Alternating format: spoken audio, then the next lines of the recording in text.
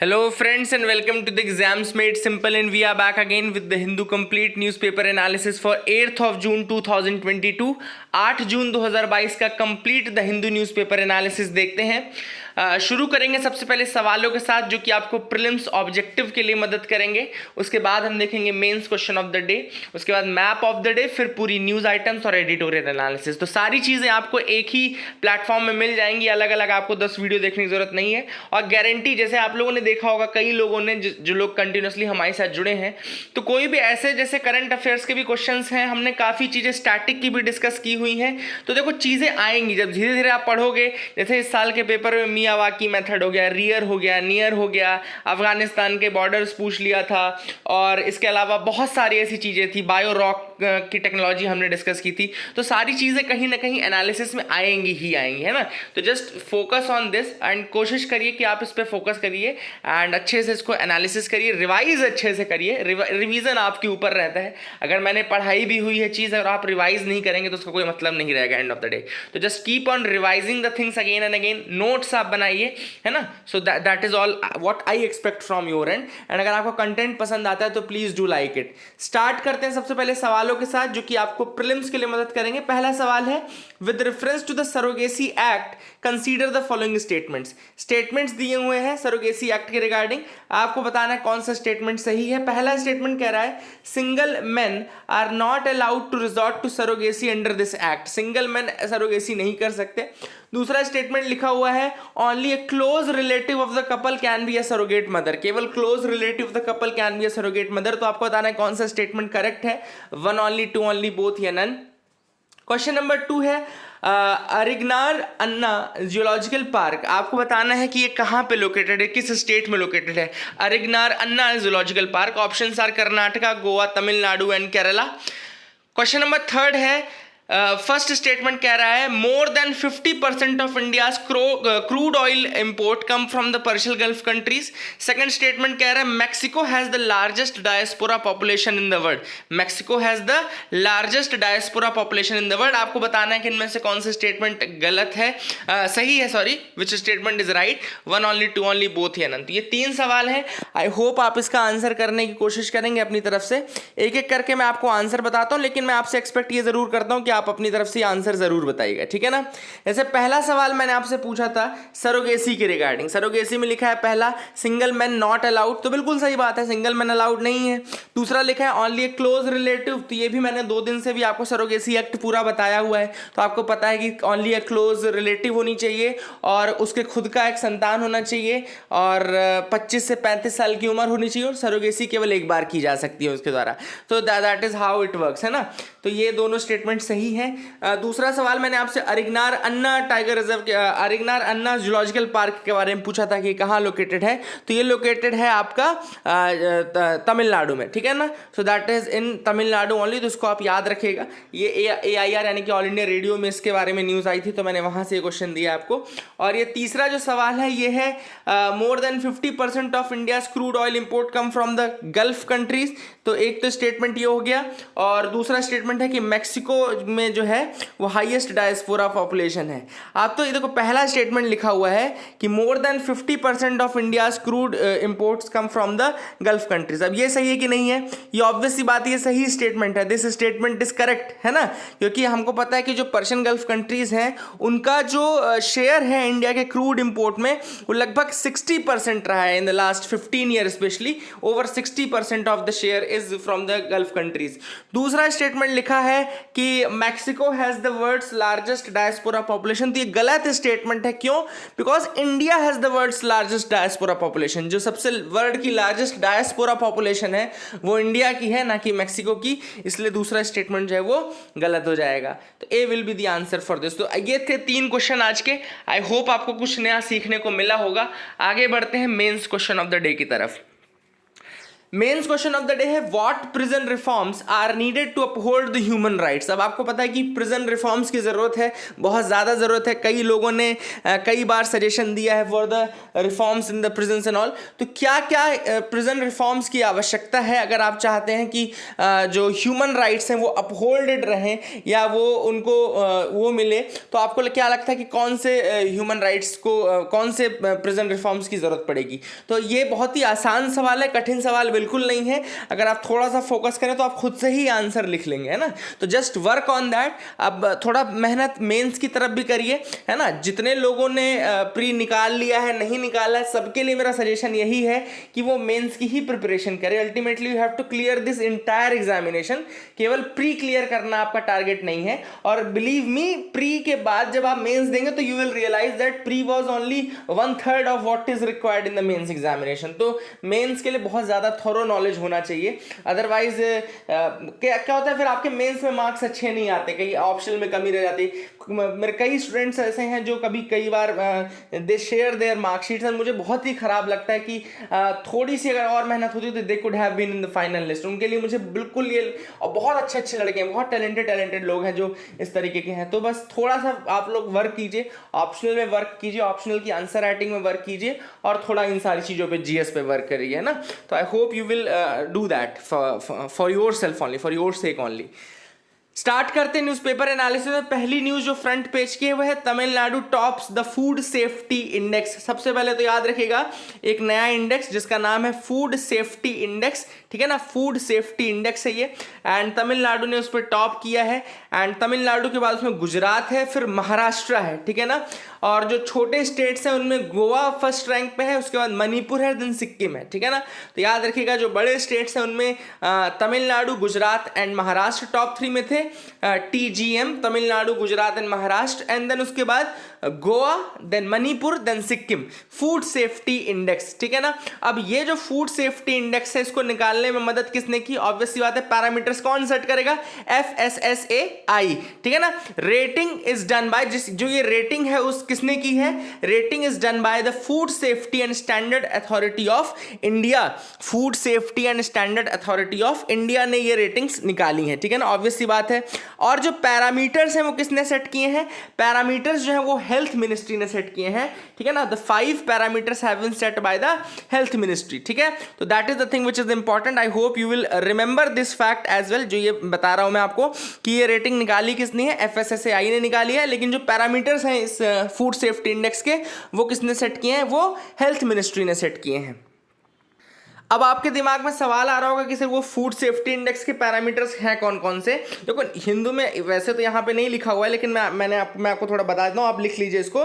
सबसे पहला जो इसमें पैरामीटर वो है human resources and institutional data. याद रखिएगा क्या है? Human resources and institutional data. So that is the first parameter under this. Second parameter है compliance, ठीक है ना, कि स्टेट्स का कंप्लायंस किसका कैसा था, है ना, compliance to various food safety standards and all, compliance. तीसरा है food testing facility, food testing facility.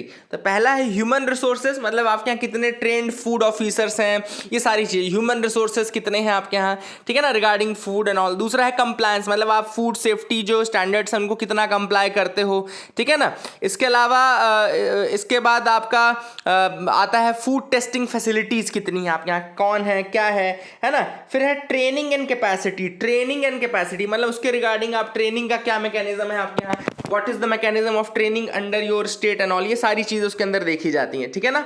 इसके अलावा जो एक और पैरामीटर है, there is a 5th parameter as well, उसको बोलते हैं कंज्यूमर एम्पावरमेंट। कंज्यूमर कितने एम्पावर्ड हैं आपके स्टेट में, ठीक है ना। तो दीज आर द 5 पैरामीटर्स, आप इनको लिख लीजिए कौन कौन से हैं। Human resources and institutional data, compliance is the second one, food testing facility is the third one, in training and capacity building is the 4th one. इसके अलावा आपका building and consumer empowerment is the 5th one. So I hope you will remember that as well. और ये याद रखना कि ये जो आपका ये फूड सेफ्टी इंडेक्स है, ये कोई पहली बार नहीं निकाला जा रहा है, ठीक है ना। इट इज़ FSSAI का ये 4th state food safety index है। तो ये 4th state food safety index है FSSAI का, ठीक है ना, याद रखिएगा। और 7 जून जो है, 7th ऑफ जून जो कल का दिन था, वो वर्ल्ड फूड सेफ्टी डे के रूप में भी ऑब्जर्व किया जाता है, ठीक है ना। 7th June is world food safety day also, तो इसलिए भी आप इसको याद रख सकते हैं कि ये वर्ल्ड फूड सेफ्टी डे भी था 7 जून को, इसीलिए इसको निकाला भी गया था। और ये 4th इन लाइन है, उसके लाइन में 4th वाला है ये, मतलब चौथे नंबर का फूड सेफ्टी इंडेक्स है ये स्टेट का, ठीक है। तो ये भी आप याद रख सकते हैं। अच्छा, FSSAI तो आपको पता ना, FSSAI एक ऑटोनॉमस स्टैट्यूटरी बॉडी है, याद रखिएगा। FSSAI क्या है? FSSAI जो है वो आपकी एक ऑटोनॉमस स्टैट्यूटरी बॉडी है, ऑटोनॉमस स्टैट्यूटरी बॉडी है। और ये आपकी food safety and standard act 2006, food safety and standard act 2006 के अंतर्गत बनाई गई थी। और ये ministry of health and family welfares के अंतर्गत आती है, ministry of health and family welfares के अंतर्गत आती है। और इसका हेडक्वार्टर दिल्ली में है। और इसके अलावा एक और चीज़ याद रखना, इसमें काफ़ी इंपॉर्टेंट है, जो यूपीएससी ने ऑलरेडी पूछी हुई है, वैसे एक बार दोबारा पूछ सकता है, कोई बड़ी बात नहीं है। जब FSSAI बना था, यानी कि जब उसका food safety and standard act 2006 लाया गया था, तो बहुत सारे पुराने जो एक्ट्स हैं उनको कंसोलिडेट कर दिया गया था, या कई ऐसे हटा दिए गए थे। तो उनमें से जो एक्ट थे इंपॉर्टेंट, उनका नाम है prevention of food adulteration act of 1954। पहला लिख लीजिए, prevention of food adulteration act of 1954, यानी कि फूड एडल्टरेशन एक्ट 1954 का था, prevention of food adulteration act 1954, उसको हटाया गया। देन आपका फ्रूट प्रोडक्ट्स ऑर्डर 1955, जस्ट एक साल बाद फ्रूट प्रोडक्ट ऑर्डर, पहला प्रिवेंशन ऑफ फूड एडल्ट्रेशन आया, फिर फ्रूट आएगा तो फ्रूट प्रोडक्ट ऑर्डर, फिर एक मीट का आएगा तो meat food product order 1973, meat food product order 1973। तो पहला फूड का आ गया, दूसरा फ्रूट का आ गया, तीसरा आपका मीट का आ गया, मीट फूड प्रोडक्ट। फिर चौथा vegetable oil product control order 1947, vegetable oil product control order 1947। फिर edible oil packaging order 1988 and फिर लास्ट है milk and milk product order 1992। तो इन सबको रिपील करके ही बनाया गया था आपका फूड सेफ्टी एक्ट। तो ये बस सिंपल सी बात है, पहला फूड एडल्ट्रेशन 1954 का एक्ट याद रखिए, बाकी ईयर आपको नहीं भी याद हो तो भी पता रहे कि फ्रूट प्रोडक्ट का एक ऑर्डर है, एक मीट फूड का है, एक वेजिटेबल ऑयल का है, एक एडिबल ऑयल का है और एक मिल्क एंड मिल्क प्रोडक्ट का है। तो ये बेसिक चीजें अगर आपको याद रहेंगी तो I hope you will get to know about all this things. जो भी क्वेश्चन आएंगे वो उनमें से हो जाएंगे, है ना। इसीलिए मैं आपको बेसिक पूरा स्टैटिक पूरा बताते हुए चल रहा हूं ताकि कोई चीज आपकी छूटे ना, है ना। दैट इज माय इंपरेटिव, मेरे को बताना चाहिए और इसलिए मैं आपको बता रहा हूं। तो I hope you will remember that. कुछ इनिशिएटिव्स हैं जिनको स्टार्ट किया गया, जिसमें eat right research award and grant phase 2 start होगा, eat right creativity challenge phase 3 होगा, स्कूल लेवल कॉम्पिटिशन्स किए हैं, एंड इसके अलावा लोगो ऑफ आयुर्वेदा आहार, आयुर्वेदा आहार का लोगो भी लॉन्च किया गया। तो कुछ चीजें थी, ये इतनी इंपॉर्टेंट नहीं, लेकिन बाकी जो मैंने आपको बताई काफी इंपॉर्टेंट चीजें हैं। Government reaches out to all the OIC members. तो अब आपको कल मैंने OIC के बारे में खैर पूरा बताया हुआ है, yesterday I told you about that कि 1969 में बनी थी ये बॉडी, जो बनी थी ये 1969 में बनी थी। और इसमें 57 मेंबर हैं फ्रॉम 4 कॉन्टिनेंट, 57 मेंबर हैं फ्रॉम 4 कॉन्टिनेंट्स। तो याद रखिएगा, ये इंपॉर्टेंट चीज मैं आपको बता दूंगी, 57 members from 4 continents are there. And OIC का जो सेक्रेटेरिएट है वो जद्दाह में इसका सेक्रेटेरिएट है, the secretariat is in Jeddah. And इसके अलावा ये मुस्लिम वर्ल्ड की वॉइस को रिप्रेजेंट करता है OIC, एंड वर्ल्ड का सेकंड सबसे second largest inter governmental organisation after UN के बाद second largest inter governmental organisation है। अब ये किस बेसिस में बोलते हैं लोग, तो दैट इज अनदर थिंग, लेकिन आप इसको याद रखिएगा। These are the basic facts जो कि आप जब सर्च करेंगे तो आपको मिल जाएंगे, ना। तो make sure you remember these as well. आगे मूव करते हैं, देखते हैं और क्या इंपॉर्टेंट न्यूज आर्टिकल्स है जिनके बारे में हमको डिस्कस करना है।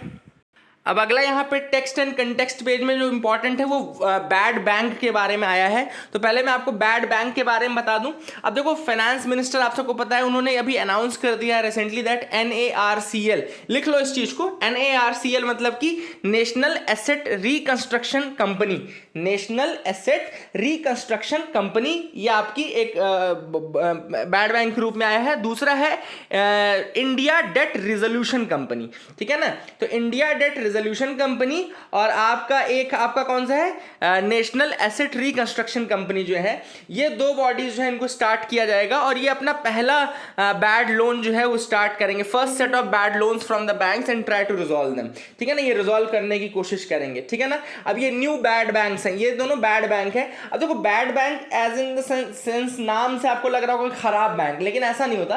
बैड बैंक वो बैंक होता है जो खराब लोन्स को ले लेता है from the other public sector banks, या जो भी बैंक्स ऐसे हैं जहां पे बहुत ज्यादा नॉन परफॉर्मिंग एसेट्स का प्रॉब्लम था, एनपीए का प्रॉब्लम था, उनसे वो बैड एसेट्स ले लेते हैं। तो एनएआरसीएल बेसिकली बजट 2021 में अनाउंस किया गया था, एनएआरसीएल जो है वो बजट 2021 में अनाउंस किया गया था and this is for the non performing assets resolution, ठीक है ना, नॉन परफॉर्मिंग एसेट्स के रिजोल्यूशन के लिए बनाया गया था। ये एसेट रिकंस्ट्रक्शन कंपनी है।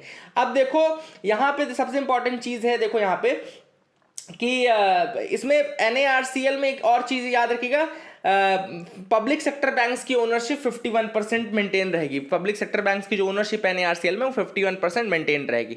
अब आपको इंपॉर्टेंट चीजें बताता हूं मैं। बैड बैंक बना तो दिया गया है, बट बैड बैंक क्या सही से काम कर सकता है या उसमें क्या क्या चैलेंजेस आएंगे, सारी चीजें हम डिस्कस करेंगे इस आर्टिकल में।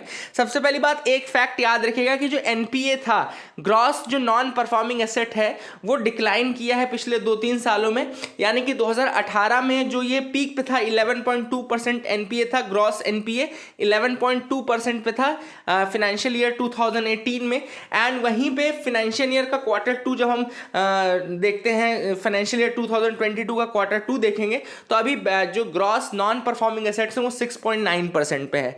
मतलब कि जो ग्रॉस नॉन परफॉर्मिंग एसेट्स हैं उनमें थोड़ा सा कमी देखने को मिली है and it has improved a lot. Bad bank क्या होता है, देखो बैड बैंक क्या होता है, तो bad bank is a financial entity set up to buy non performing assets और bad loans from the bank. जैसा मैंने आपको बताया कि ये बैड बैंक खुद खराब नहीं होते, ये खराब लोन या नॉन परफॉर्मिंग एसेट्स को खरीद लेते हैं। For example let me tell you by a very simple layman's example, बिल्कुल लेमैन का एग्जाम्पल मैं आपको दूंगा। इसमें सपोज करो एक बैंक है, बी नाम से एक बैंक है, जिसके पास सपोज करो 500 रुपए का बैड लोन है, मतलब कि 500 रुपीज नॉन परफॉर्मिंग एसेट है, बहुत कम अमाउंट मैं ले रहा हूं, 500 रुपए की नॉन परफॉर्मिंग एसेट है ना।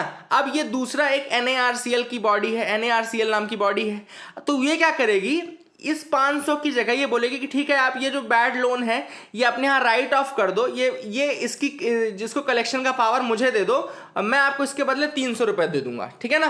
तो एनएआरसीएल ने क्या बोला कि ये जो 500 रुपए था, इस 500 रुपए के एसेट को आप मुझे 300 रुपए में या 400 रुपए में दे दो, बहुत कम नहीं कराएंगे कि ये दोनों गवर्नमेंट बॉडी ही है तो ऐसा मोल भाव इतना नहीं होगा, लेकिन मैं आपको एक जस्ट एग्जाम्पल दे रहा हूं कि सपोज करो उन्होंने 300 या 400 रुपए में खरीद लिया, तो अब क्या होगा कि एनएआरसीएल ने ये बी बैंक को कितना रुपए दे दिया, 400 रुपए दे दिया, सपोज करो 400 रुपए दे दिया इन्होंने एनएआरसीएल ने, और जो राइट्स हैं इनके इस लोन के कलेक्ट करने के वो एनएआरसीएल ने अपने पास ले लिए। तो कुल मिलाकर के एनएआरसीएल ने बी नाम के बैंक से जो 500 रुपए का लोन था उसको खरीद लिया उसके एवज में। तो इससे फायदा क्या हुआ, फायदा ये हुआ कि जो बैंक था उसके पास पहले तो भाई 1 भी रुपए नहीं थे उस 500 के बदले में, अब उस 500 के बदले उसको 400 रुपए मिल गए, है ना।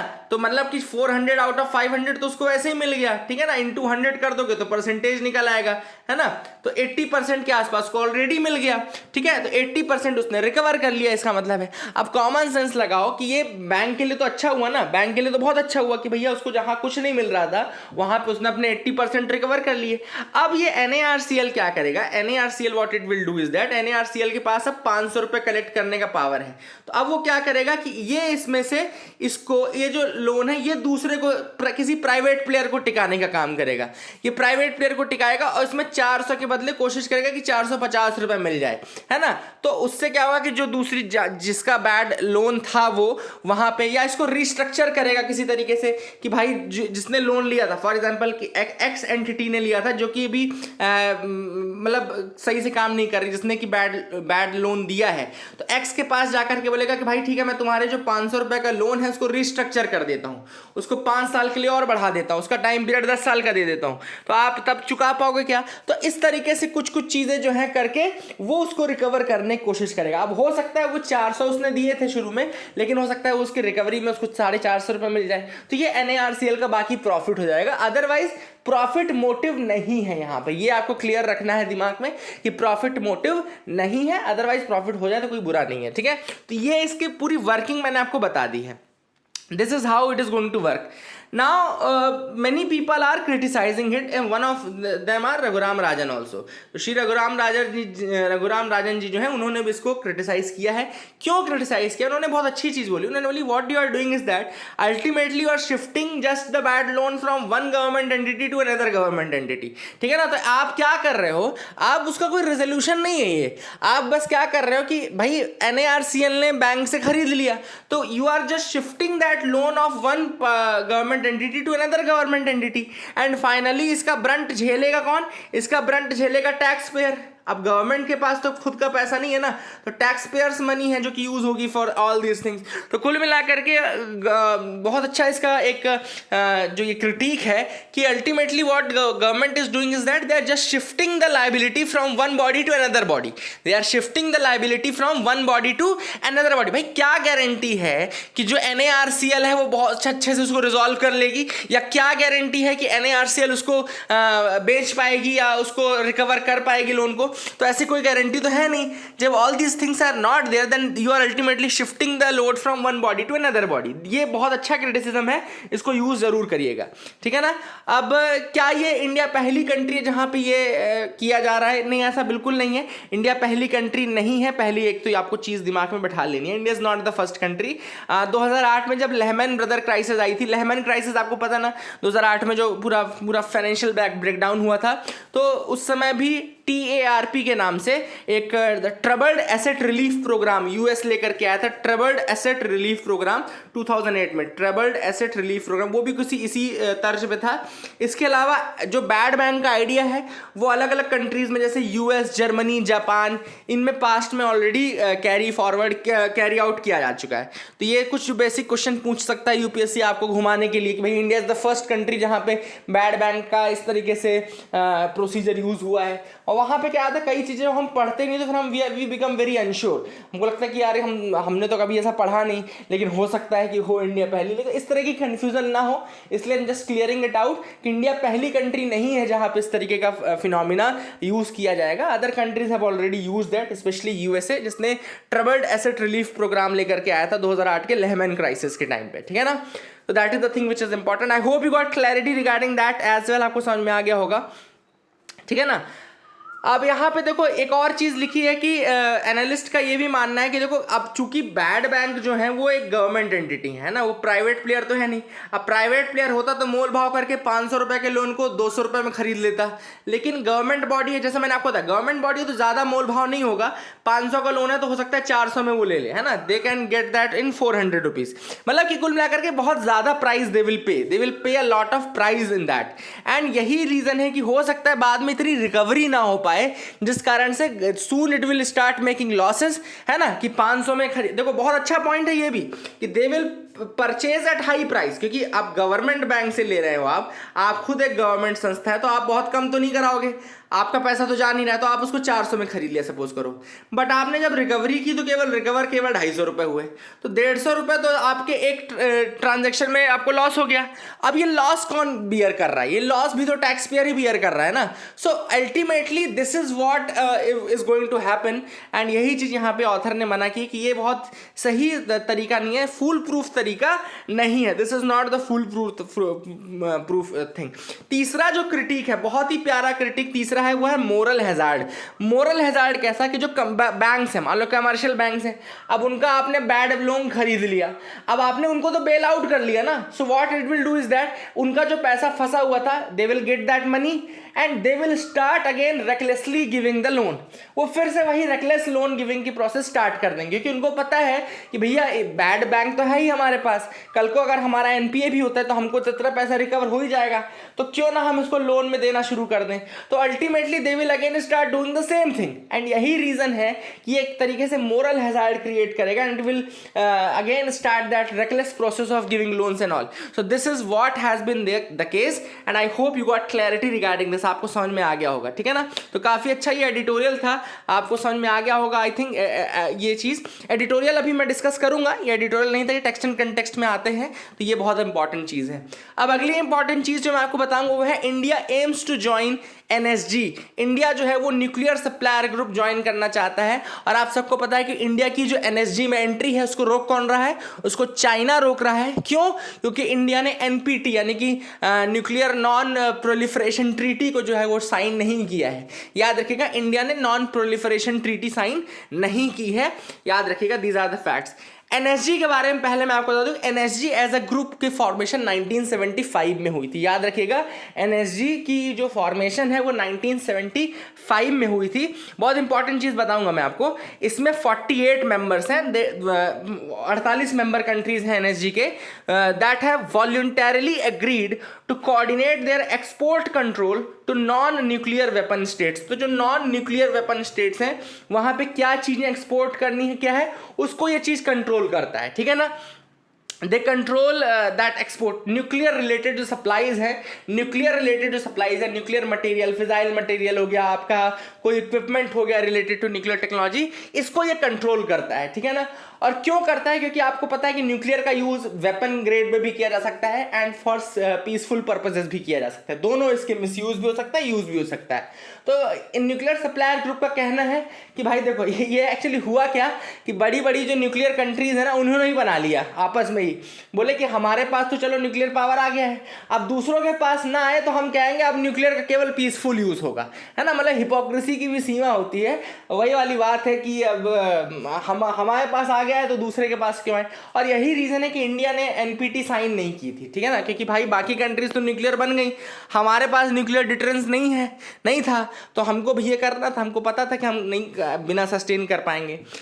अब इसमें 48 मेंबर्स के मैंने नाम आपको सारे दे दिए हैं. देखो फ्रंट में अगर आप देखो, या अभी स्क्रीन में आपको दिख रहे होंगे, अर्जेंटीना है, ऑस्ट्रेलिया है, ऑस्ट्रिया है ना, Belarus, Belgium, Brazil, Bulgaria, Canada, China, Croatia, Cyprus, Denmark, Estonia, Finland, France, Germany, Greece, Hungary.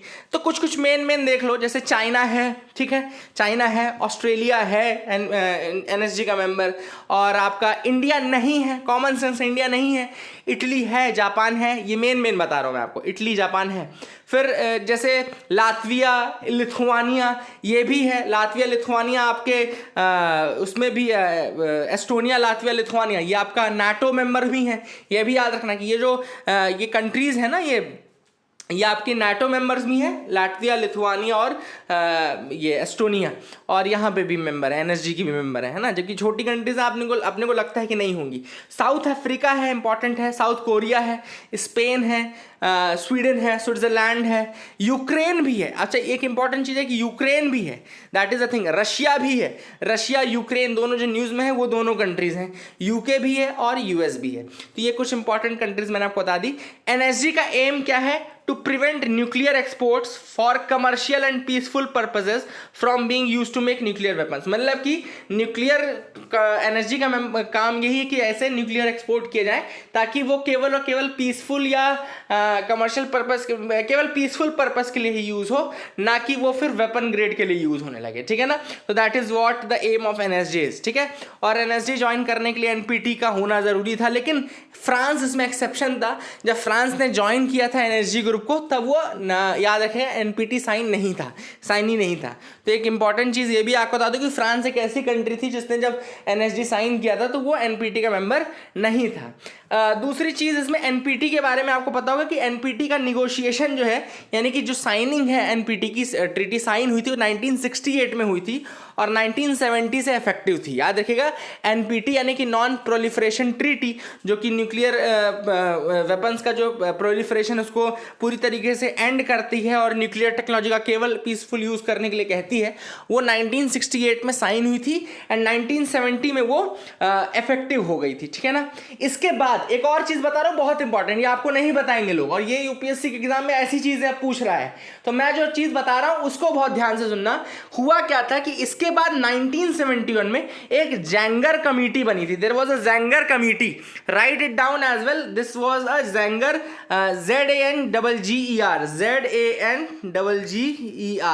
जैंगर committee was formed to inquire the states outside the NPT. मतलब जो एनपीटी के बाहर के स्टेट्स हैं, एनपीटी में जो नहीं है, उन स्टेट्स के ऊपर नजर रखने के लिए और ये देखने के लिए कि वो सेफगार्ड फॉलो कर रहे हैं कि नहीं कर रहे हैं, और कौन से आइटम उनके यहाँ जा सकते हैं, कौन से नहीं, है ना.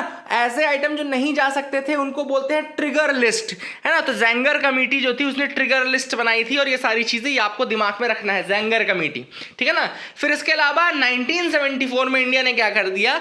1974 में आपको पता होगा इंडिया ने अपना वही एक्सपेरिमेंट कर लिया, न्यूक्लियर एक्सपेरिमेंट कर लिया, है ना, इंदिरा गांधी की गवर्नमेंट के अंतर्गत. तो इंडिया ने जो किया न्यूक्लियर डिवाइस 1974 में, स्माइलिंग बुद्धा आई थिंक उसका नाम था. एंड इसके बाद इसी इमीडिएट कॉज यही था, 1974 में जो इंडिया का ये टेस्ट था, इसके बाद ही इमीडिएटली उन्होंने एनर्जी ग्रुप का फॉर्मेशन किया था, ठीक है ना, ताकि इस तरीके की चीज़ें सप्लाई ना की जाए, क्योंकि जो नॉन न्यूक्लियर कंट्रीज़ हैं या जो ऐसी कंट्रीज़ हैं वो वेपन ग्रेड का न्यूक्लियर वेपनरी बनाने लगे.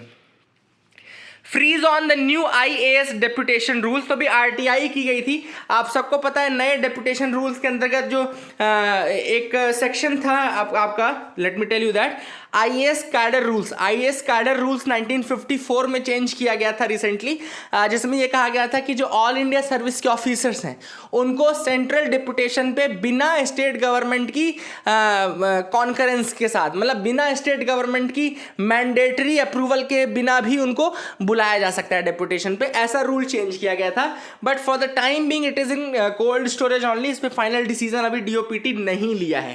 तो ये ऐसा RTI रिस्पॉन्स में पता चला है ना. और एक और इंपॉर्टेंट चीज़, DOPT ने ये ज़रूर आंकड़ा बताया था कि जो मिड लेवल IAS ऑफिसर्स हैं उसमें से केवल 10% ही डेपुटेशन में गए हैं to the union government in 2021, और ये शार्प फॉल है. 2014 में ये 19% था.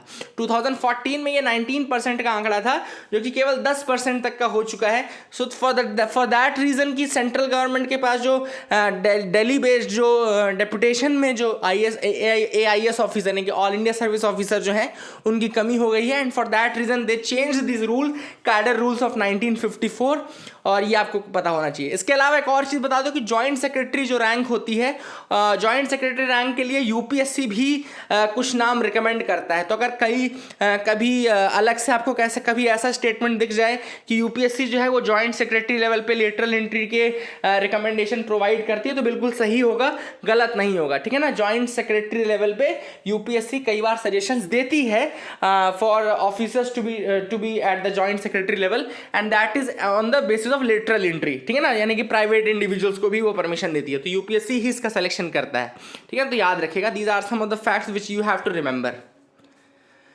आगे मूव करते हैं, देखते हैं और क्या इंपॉर्टेंट न्यूज आर्टिकल्स हैं यहाँ पे. एक है advisory board on disability not reconstituted since 2020.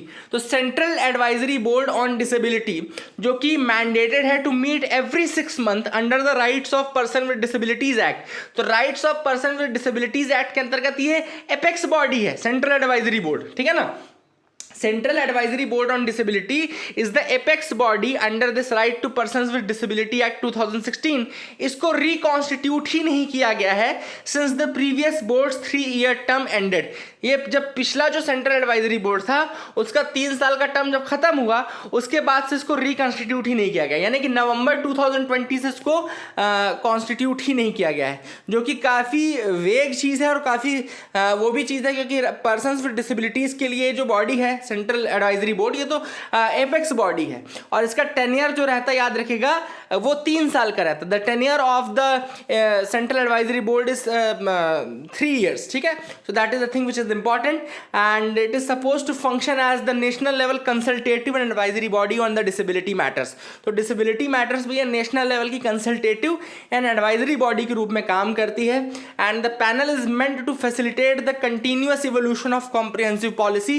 मतलब वही है कि जो डिसेबिलिटी से जूझ रहे लोग हैं उनके लिए कॉम्प्रिहेंसिव पॉलिसी बनाना, ताकि वो अपने अधिकारों का पूर्ण उपयोग कर सकें. इन सारी चीज़ों को सेंट्रल एडवाइजरी बोर्ड देखती है. अब जब बोर्ड ही नहीं है तो ये नीचे ये काम देख कौन रहा है, ठीक है ना। सो that is the thing which is important and इसका रिकॉन्स्टिट्यूशन जल्द से जल्द होना चाहिए।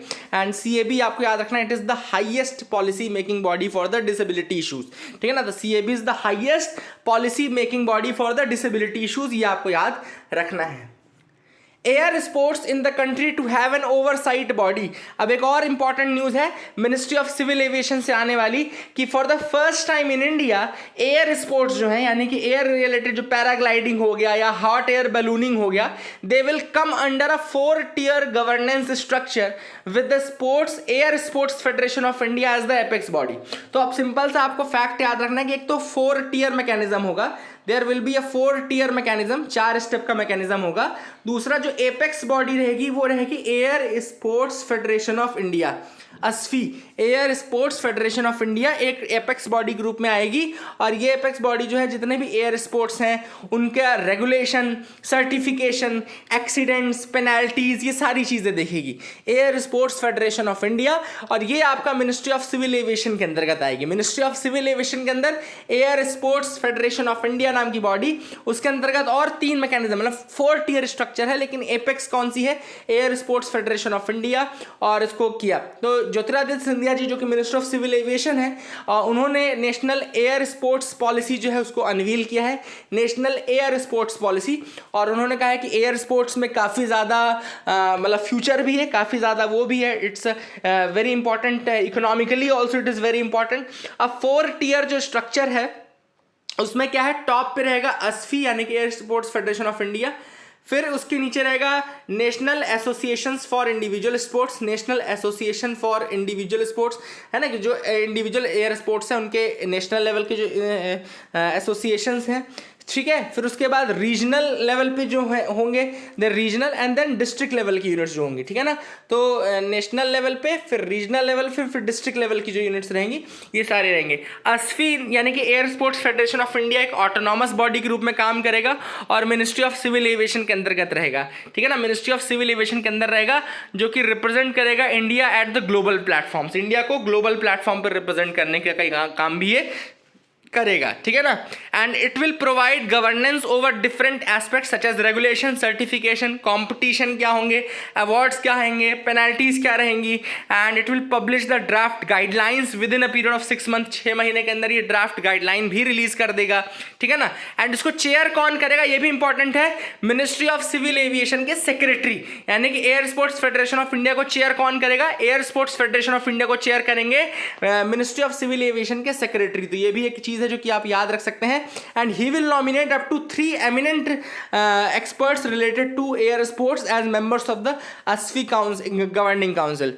तो air sports federation of India का चेयरमैन कौन, secretary of the ministry of civil aviation, and वही जो ministry of civil aviation secretary हैं वो 3 लोगों को नॉमिनेट करेंगे, एक्सपर्ट्स को, to be the member of air sports federation of India governing council, ठीक है ना। उसकी गवर्निंग काउंसिल के 3 लोगों को रिप्रेजेंट भी करेंगे। और इसके अलावा गवर्नमेंट ने यह भी कहा है कि वो जो एयर स्पोर्ट्स के जो इक्विपमेंट्स हैं उनमें GST भी रिड्यूस करने का कोशिश करेंगे ताकि इसको और प्रमोशन मिल सके, इन स्पोर्ट्स को और प्रमोशन दिया जा सके। तो I hope you got clarity. एक और न्यूज़ है joint count of elephants and big cats. अब आपको पता होगा कि जो टाइगर्स होते हैं, टाइगर सेंसस हर 4 साल में होता है, एलिफेंट सेंसस हर 5 साल में होता है। ये भी आप दोनों फैक्ट याद रखिएगा, टाइगर सेंसस हर 4 साल में होता है और एलिफेंट सेंसस हर 5 साल में होता है। तो 2018 में हुआ था टाइगर सेंसस, तो अब 2022 में हो रहा है, और 2017 में हुआ था लास्ट एलिफेंट काउंट, तो अब 2022 में हो रहा है। तो ये दोनों साथ में हो गए। और एलिफेंट्स के जो नंबर थे लास्ट वो 29,964 थे, और वहीं पे टाइगर्स के जो नंबर थे वो 2967 थे, जिसमें MP में सबसे ज़्यादा टाइगर्स से मिले थे। तो ये आपको याद रखना है। और एलिफेंट को काउंट करने के लिए it will be estimated by state based on DNA analysis of their dung droppings and statistical techniques. तो DNA analysis of the dung dropping and statistical technique के बेसिस पे एलिफेंट्स के नंबर डिसाइड होंगे। और tigers are counted by deploying camera traps, identifying individuals based on stripes as well as statistical analysis। तो I hope आपको ये समझ में आ गया होगा। अब आगे मूव करते हैं, एडिटोरियल पार्ट पे आते हैं। आज के एडिटोरियल्स भी देख लें, है ना, क्योंकि ऑलरेडी डिस्कशन काफ़ी बड़ा हो चुका है, एडिटोरियल ऑल कंप्लीट करने हैं अभी। The weight of the GST council ruling. अब यहाँ पे जीएसटी काउंसिल के ऊपर रिसेंटली आपको पता होगा एक केस याद रखिएगा, यूनियन ऑफ इंडिया, या ये वाला case, union of India versus Mohit minerals private limited case, जिसमें सुप्रीम कोर्ट ने ये कहा कि जो जीएसटी के रिकमेंडेशंस हैं वो बाइंडिंग नहीं है आइदर ऑन यूनियन और द स्टेट्स। क्लियर कट बोल दिया है सुप्रीम कोर्ट ने कि जो जीएसटी काउंसिल के रिकमेंडेशंस हैं they are not binding either on union or on the states. ठीक है ना। अब यहाँ पे एक इंपॉर्टेंट चीज़ यहाँ पे जो ऑथर ने डिस्कस की है वो कही है कि क्यों ये जजमेंट सही है और क्यों ये एक अच्छा डिसीजन था। ये सारी चीज़ें मैं आपको बताता हूँ।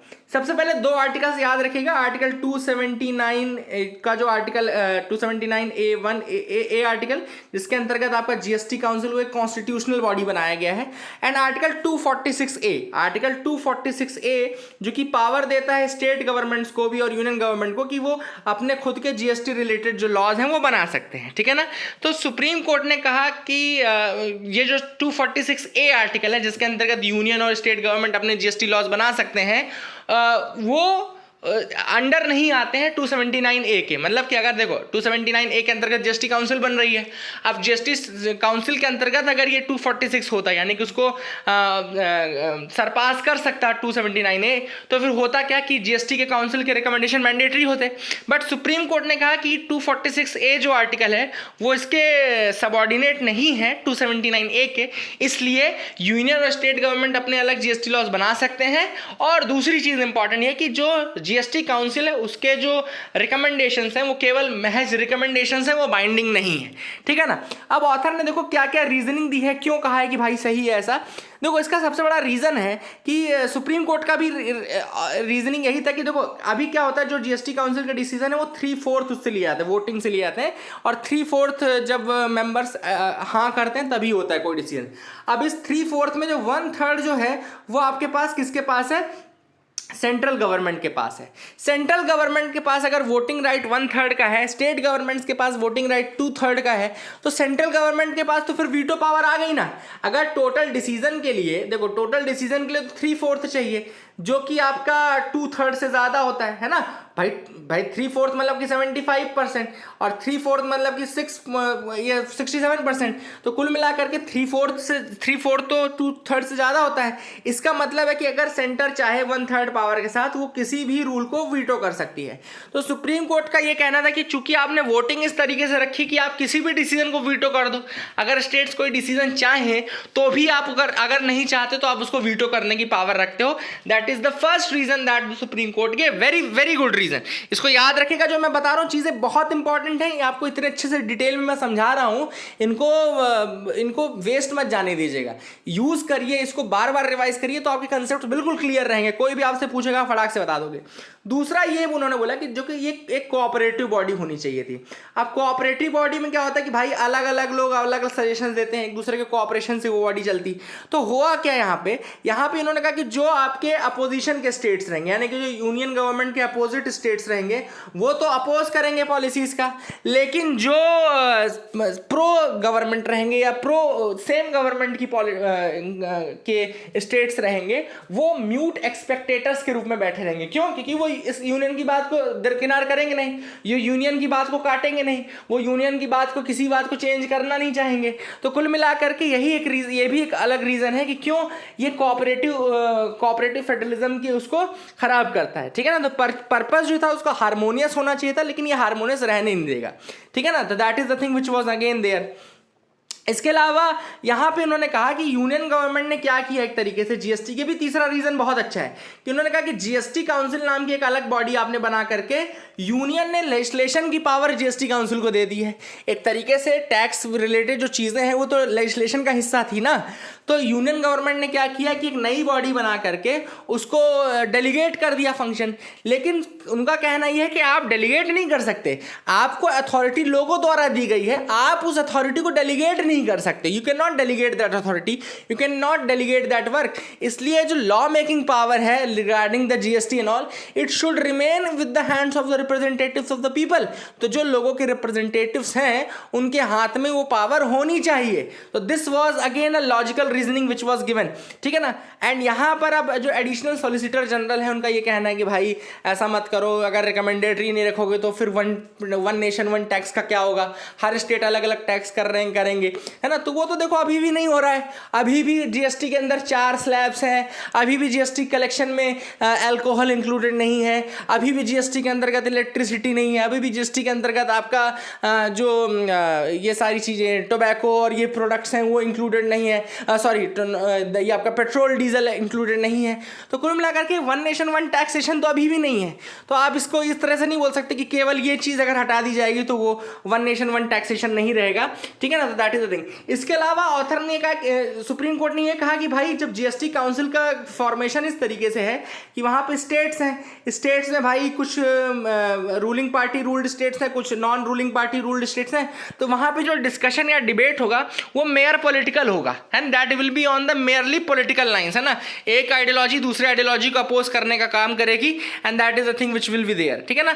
और इसके अलावा ऑथर ने कहा है कि कंपनसेशन भी आपके द्वारा प्रोवाइड नहीं किया गया है ना। तो आपने कंपनसेशन भी पूरा प्रोवाइड नहीं किया। तो इस तरीके से जो है वो स्टेट गवर्नमेंट्स बहुत ज़्यादा मर्सी पे रहेंगे, स्पेशली वो स्टेट जो कि आपके अपोजिट पार्टी द्वारा रूल्ड है, they will be at the mercy of the union government, therefore they should get the freedom of forming laws regarding their GST implementation. तो ये सारी चीज़ें जो है ऑथर ने यहाँ पे कही है। आई hope you got clarity regarding that. And ये जो है ओवरऑल जो एनालिसिस था उसमें ये था कि लोप साइडेड, यानी एक तरफा पूरा गवर्नमेंट सेंट्रल गवर्नमेंट के अधीन हो गया था ये लो, that is the reason why it was changed. दूसरा है the shadows over global growth recovery are long. अब यहाँ पे ग्लोबली जो प्रॉब्लम चल रही है उनके बारे में सबसे पहला कौन सी प्रॉब्लम आई थी, कोविड की प्रॉब्लम आई, ठीक है ना। कोविड की प्रॉब्लम आई नंबर 1। दूसरे प्रॉब्लम आई नंबर 2 आई यूक्रेन और रशिया का वॉर आ गया, ठीक है ना। ये नंबर 2 की प्रॉब्लम है। अब ये 2 इशूज ऐसे हैं जिनके कारण बहुत सारी चीज़ें खराब हुई। तो क्या क्या खराब हुई, बस मैं लॉजिकल सेट बता रहा हूँ आपको, क्या क्या 2 प्रॉब्लम थी उनमें खराब क्या हुआ। पहली चीज़ इन्फ्लेशन बहुत ज़्यादा बढ़ गया है ना। इन्फ्लेशन बढ़ने का रीज़न क्या था, पेट्रोल और डीजल के दामों का बढ़ना, जो ऑयल है उसका दाम बढ़ना। अब ऑब्वियस सी बात है अगर पेट्रोल डीजल ऑयल का दाम बढ़ेगा तो ट्रांसपोर्टेशन महंगा होगा, एंड जैसे ही ट्रांसपोर्टेशन आपका महंगा हुआ तुरंत दाम बढ़ जाएंगे, क्यों, क्योंकि सारी चीज़ें ट्रांसपोर्ट होंगी, उनका प्राइस ज़्यादा होगा, तो ऑब्वियस सी बात है जो रिटेलर को, जो कंज्यूमर को मिलेगा उसका प्राइस ज़्यादा होगा। तो इन्फ्लेशन काफ़ी ज़्यादा हो गया। अब इन्फ्लेशन जब बढ़ा, ग्रोथ थोड़ा कम हुई थी कंट्रीज़ की, इस कारण से दूसरा एक जो इशू आया वो आया जो इंस्टीट्यूशनल इन्वेस्टर्स थे, यानी कि जो इन्वेस्टमेंट का पैसा था वो बहुत ज़्यादा पैसा मार्केट से खींच लिया गया, है ना। बहुत सारे इंस्टीट्यूशनल इन्वेस्टर्स थे, पोर्टफोलियो इन्वेस्टर्स थे, जिन्होंने कि अपना पैसा खींच लिया। और अगर रिटेल इन्वेस्टर्स नहीं होते तो हो सकता है इंडिया की इकॉनमी बहुत ज़्यादा क्रम्बल करती, लेकिन थैंक्स टू रिटेल इन्वेस्टर्स थोड़ा हमने स्लो डाउन किया, लेकिन फिर भी उसको पूरी भरपाई उसकी नहीं हो पाई है। तो ये जो इशूज़ हैं वो मैं आपको कास्केडिंग इम्पैक्ट्स बताता जा रहा हूँ क्या क्या है, ठीक है ना। अब हमारे पास पॉलिसी ऑप्शंस क्या बचते हैं, हमारे पास पॉलिसी ऑप्शंस बचते हैं। पहले तो हम अपने इन्फ्लेशन को कंट्रोल करें, है ना, जैसा कि गवर्नमेंट ने करना, आरबीआई ने अपनी मॉनेटरी पॉलिसी करना शुरू कर दिया। दूसरा, करेंसी का डिप्रिसिएशन रोके, है ना। कई बार क्या होता है, करेंसी का डिप्रिसिएशन बहुत ज़्यादा जब हो जाता है तो ऑब्वियस बात है उससे भी इन्वेस्टर्स अपना पैसा खींचने लगते हैं और बाहर निकलने लगते हैं। और करेंसी का डिप्रिसिएशन होने से हम अगर बचाएंगे तो हो सकता है कि थोड़ा हम फिर अपने मार्केट को स्टेबलाइज कर पाएँ।